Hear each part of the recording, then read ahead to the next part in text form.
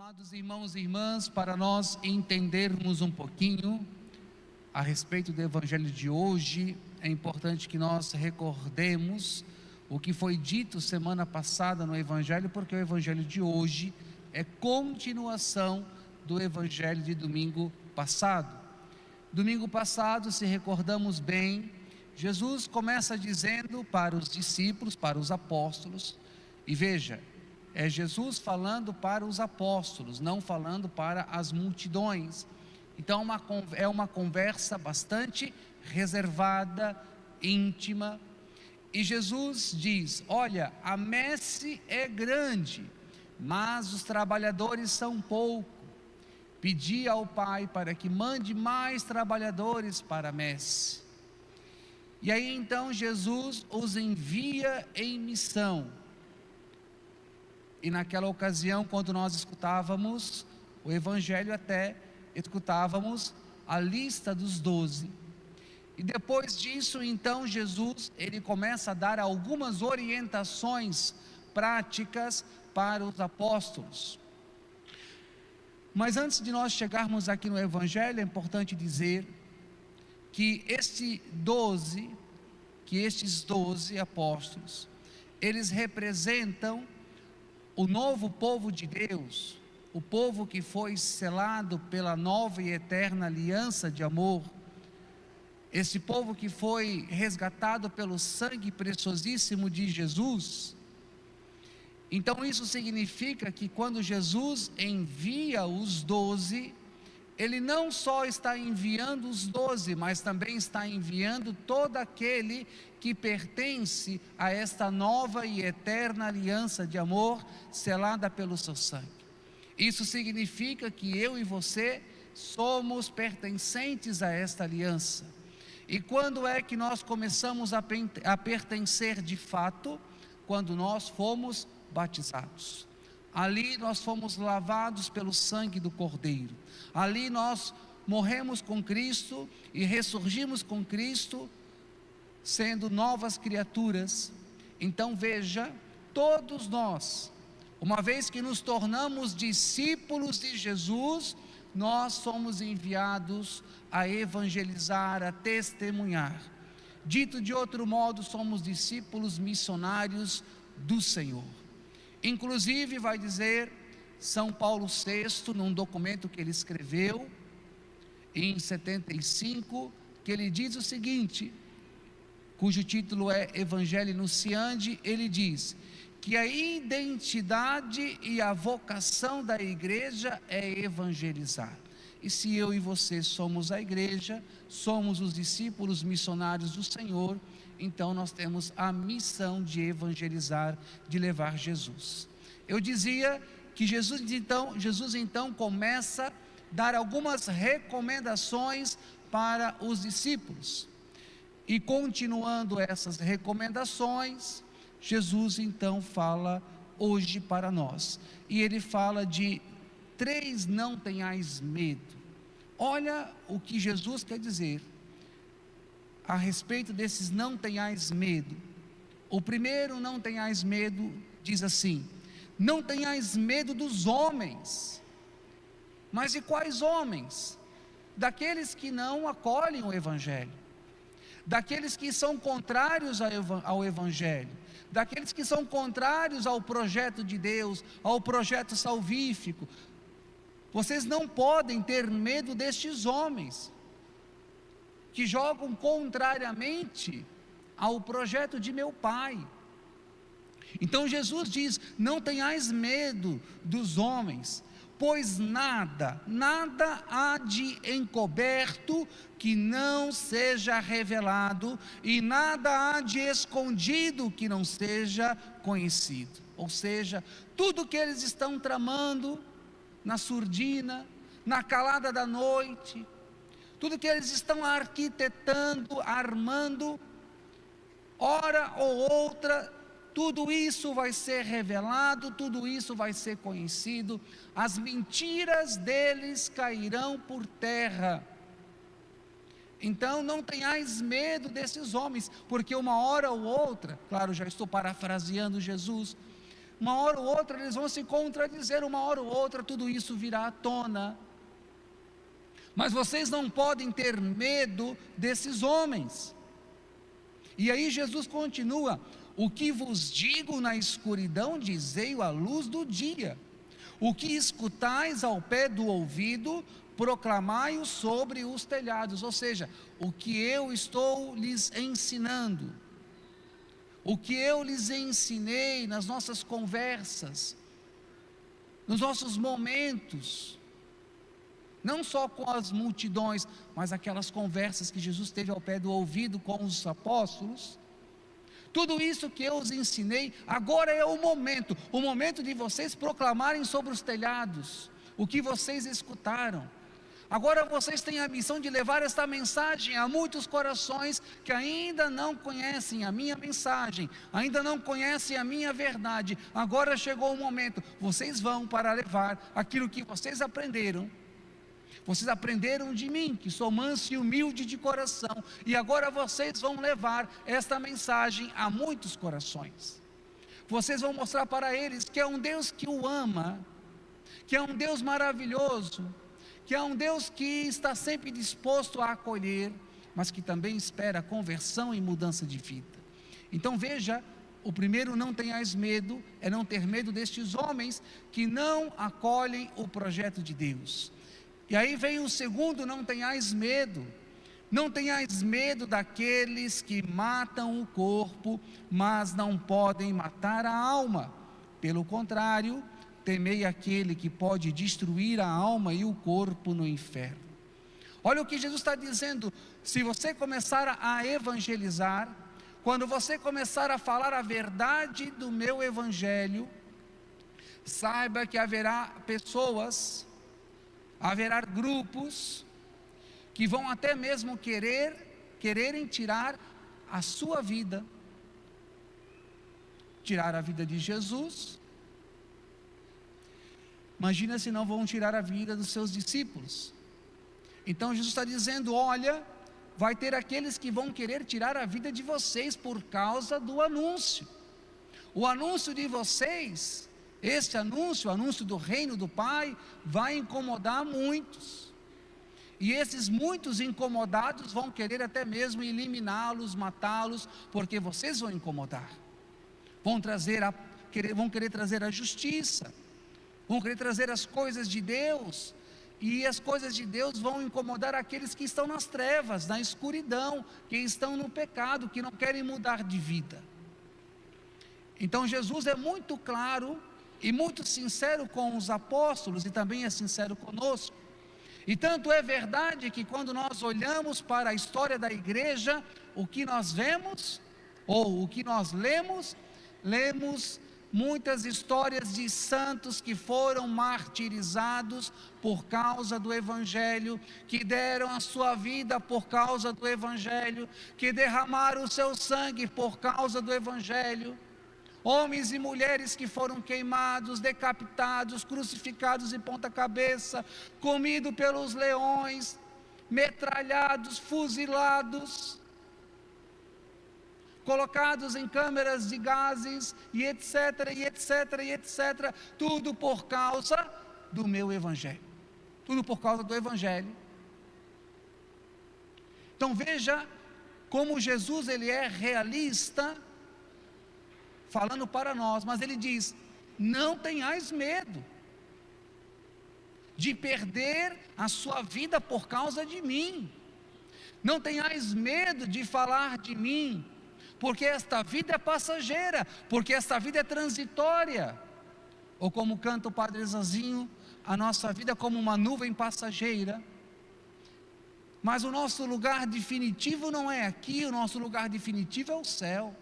Então, se quiserem tirar a nossa vida por causa do evangelho, Jesus está dizendo: olha, isso pouco importa, o que importa é ganhar a vida eterna. Em uma outra ocasião, Jesus diz: do que adianta ganhar este mundo inteiro, mas perder a sua vida, perder a eternidade, perder o céu?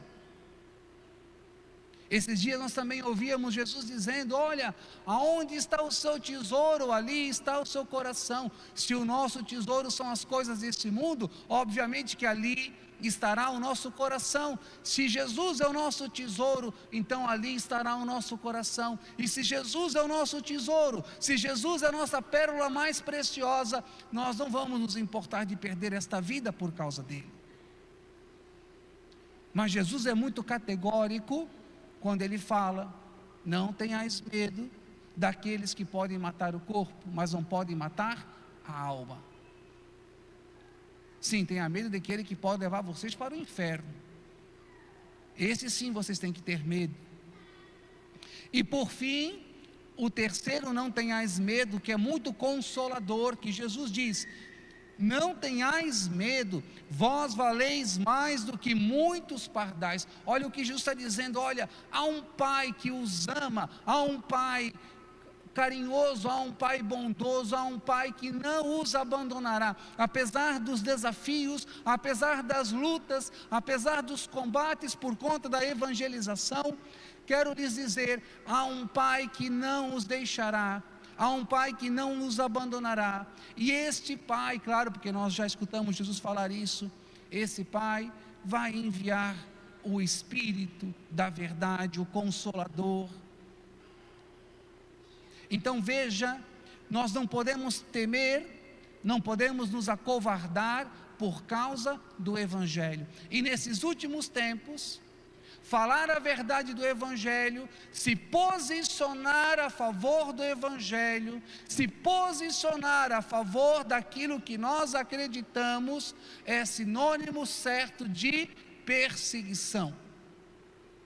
Você pode ter certeza absoluta, se você começa a falar a verdade do Evangelho nas redes sociais, seja qual ela for a plataforma, se você começa a se posicionar firmemente quanto aos valores do Evangelho, quanto aos ensinamentos de Jesus, você vai ser rechaçado, você vai ser cancelado, porque hoje você não pode falar aquilo que você acredita a respeito do Evangelho, porque vai se levantar pessoas e grupos que vão dizer: não, cale ele, porque isso não pode ser falado. Essa é uma verdade.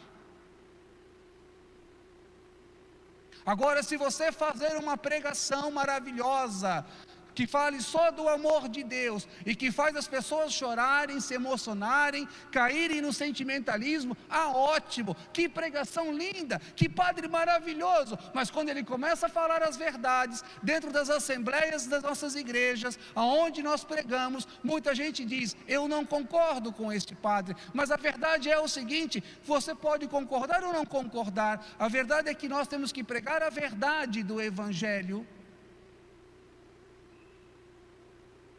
O Evangelho é o Evangelho e não tem como nós mudarmos aquilo que é ensinamento de Jesus. Não tem. Ou nós somos realmente católicos, ou nós realmente amamos Jesus Cristo, realmente amamos a sua igreja, a sua doutrina, os seus ensinamentos, ou não dá para ser católico. E quando nós nos posicionamos, obviamente que vai ter tensões, vai ter oposições, vai ter quem não vai concordar, não vai aceitar aquilo que nós acreditamos como valor. Com isso, nós não estamos querendo brigar com ninguém, só temos o nosso posicionamento. Nós temos as nossas convicções iluminadas pelo Evangelho, nada mais. Ou um católico, ou veja, se um católico, um verdadeiro católico, não estou falando católico de meia tigela, mas católico de verdade, um católico de verdade, você acha que um católico de verdade vai compactuar com o que aconteceu naquele dia tal, na Avenida Paulista, onde colocaram crianças dizendo que elas são trans? Uma criança de 4 anos, de 5 anos, de 6 anos de idade, essa criança tem consciência do que ela vai ser, ou de que ela é, de quem ela é. Agora, claro, você tem 18, 19, 20 anos, faça o que quiser da sua vida, mas agora não brinque com as crianças, com a inocência das nossas crianças. Mas quando nós falamos isso, nos posicionamos, muita gente vai dizer: um monte de coisas que aqui eu não vou nem mencionar.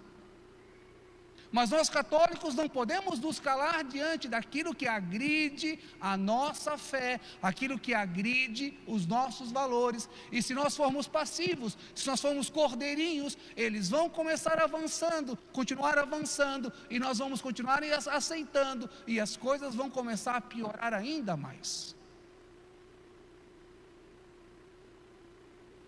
O que Jesus está falando aqui para os apóstolos é uma coisa muito séria e é muito atual.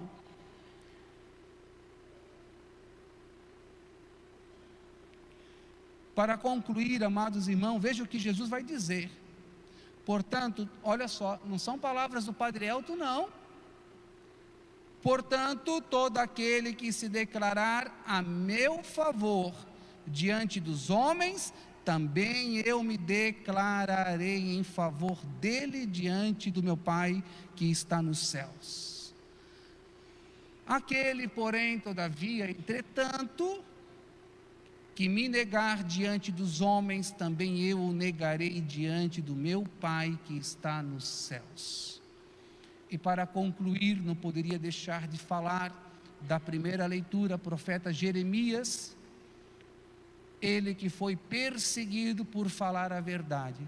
Ele tinha, sim, isso é verdade, uma profecia bastante ácida, bastante dura, mas ele falava a verdade, ele queria alertar o povo da época, as autoridades, para uma conversão, uma mudança de vida, mas eles não acolhiam a sua profecia, a sua pregação. E até mesmo Jeremias vai falar que seus amigos o abandonaram. Ele foi preso, ele foi humilhado por causa das profecias, mas aquilo que ele falou aconteceu, sobretudo quando ele profetizou a respeito da destruição de Jerusalém, do templo de Jerusalém. Tudo o que ele profetizou a respeito disso aconteceu. Depois que Nabucodonosor, rei da Babilônia, entrou em Jerusalém, devastou Jerusalém, destruiu o templo, por mais um tempo Jeremias lá viveu. Ele profetizou mais ou menos 30 anos, num período de 3 reis, rei Josias, rei Joaquim, rei Sedecias. Mas nós não sabemos, a exegese não sabe o paradelo de Jeremias. Nós não sabemos se Jeremias foi morto, se Jeremias morreu de velhice, ou se Jeremias fugiu para algum lugar por conta da guerra, por conta da invasão do Império Babilônico. Fato é que o paradelo de Jeremias é desconhecido, mas foi um grande pregador, um grande profeta, anunciou aquilo que era a mensagem de Deus e denunciou aquilo que era contrário de seu tempo.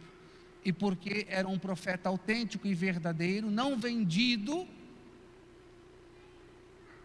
não subordinado, ele sofreu as consequências por causa da palavra. E se nós formos fiéis à palavra, fiéis ao Cristo, saibamos que também teremos consequências, vamos sofrer consequências por conta da nossa veracidade na pregação da palavra. Mas que o Espírito Santo, que nos impulsiona a falar de Cristo, que realmente torne o nosso coração cada vez mais fervoroso, um coração cada vez mais fortalecido, para nós levarmos a verdade do Evangelho a tanta gente que ainda não conhece Jesus. Louvado seja nosso Senhor Jesus Cristo.